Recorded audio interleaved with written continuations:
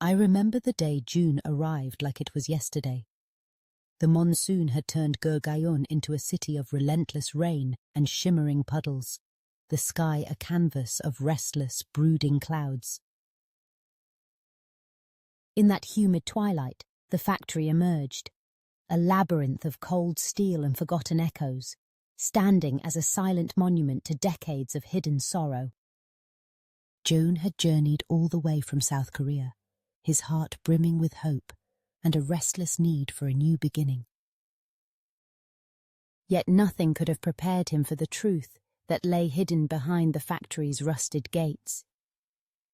As he stepped into its cavernous halls, the roar of the rain seemed to merge with a deeper, more insidious sound, a low, almost imperceptible hum of despair.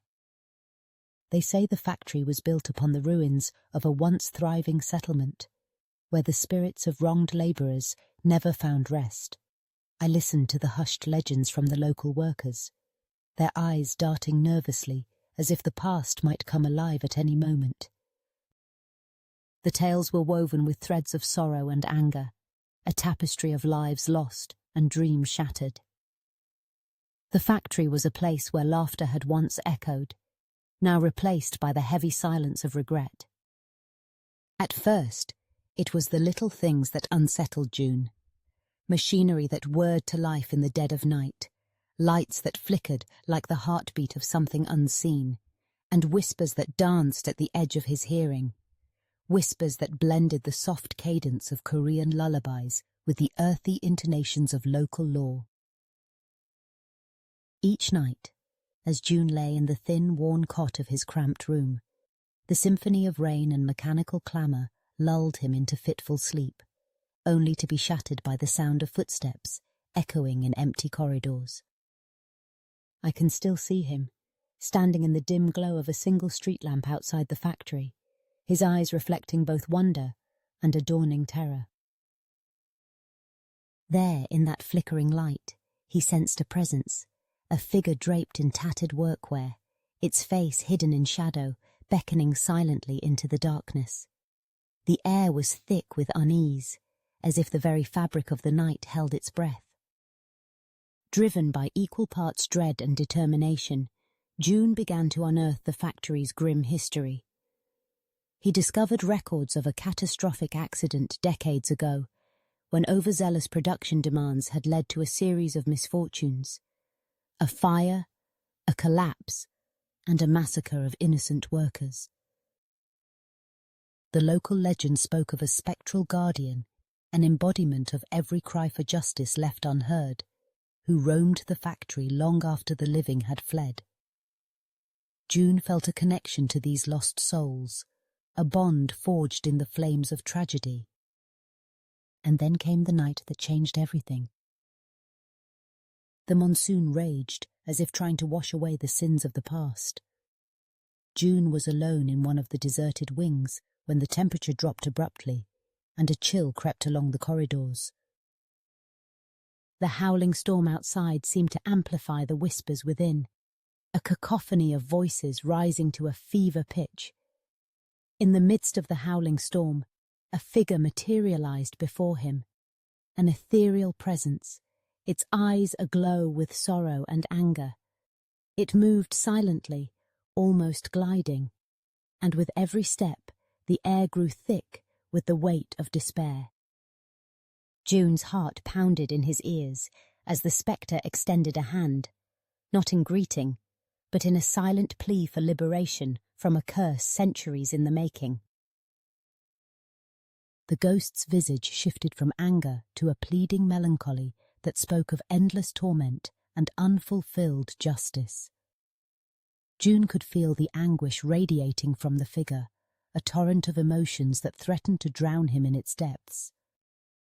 I watched from afar as Joon, trembling yet resolute, made his choice.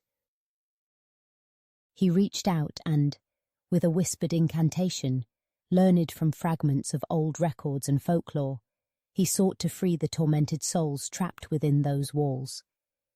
The air crackled with energy, the atmosphere charged with an intensity that felt almost alive. The ensuing moments were a cacophony of screams, the clashing of metal, and the fury of the elements, as if the factory itself had become a battleground between the living and the dead. The walls shuddered, and the shadows writhed as the spirits fought for their release. Joon stood at the centre of this storm, a beacon of defiance against the weight of history.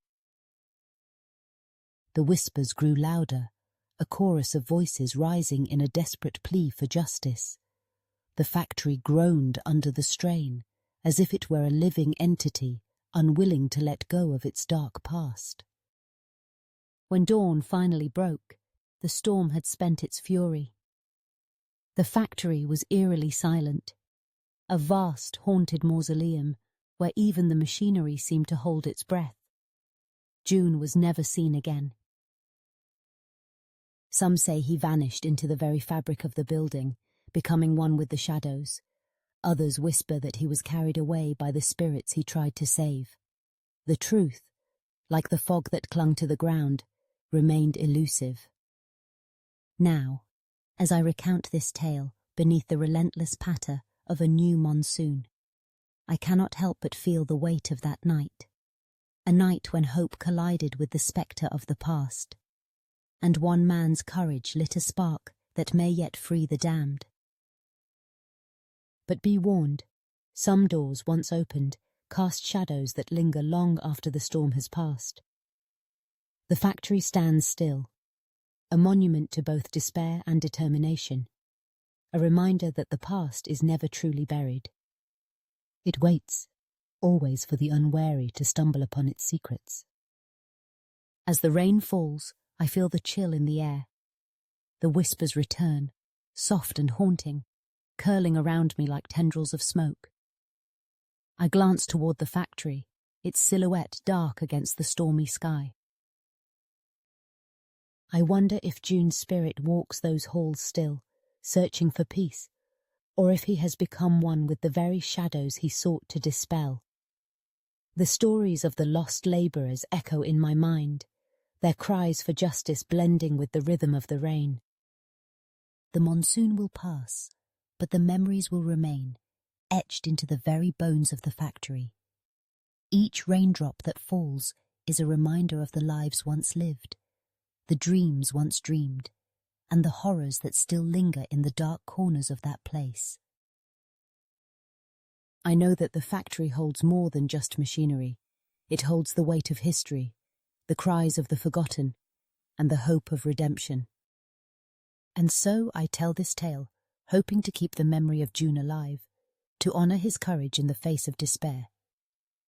But I also know that some stories are best left untold. For in the shadows, the past waits, watching and waiting, ready to ensnare the unwary in its relentless grasp.